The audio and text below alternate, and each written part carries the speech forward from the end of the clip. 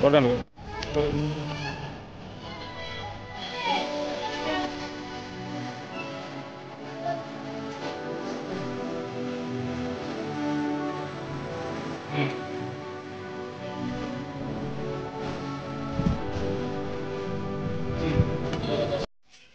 ఈరోజు సంయుక్త సేవా సంస్థ ఆధ్వర్యంలో కావలి పరిసర ప్రాంతమైన బుడంగుంట గిరిజన కాలనీలో ఉన్న పేదలకు అన్నదానం చేయడం జరిగింది. అదేవిధంగా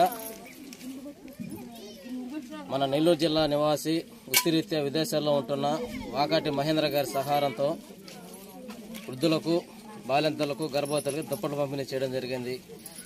ఈ సందర్భంగా మా సంయుక్త సేవా సంస్థ సహాయం అందజేస్తున్న ప్రతి ఒక్క దాతలకు ధన్యవాదాలు తెలియజేస్తున్నాము. మేము ఖచ్చితంగా అభినందించాల్సిందే. ఇది ఒకరోజు కాదు, 2 రోజులు కాదు, అనునిత్యం నిరంతర పోరాటం చేస్తున్న మా సురేంద్ర గారిని ప్రత్యేకంగా అభినందిస్తున్నాం.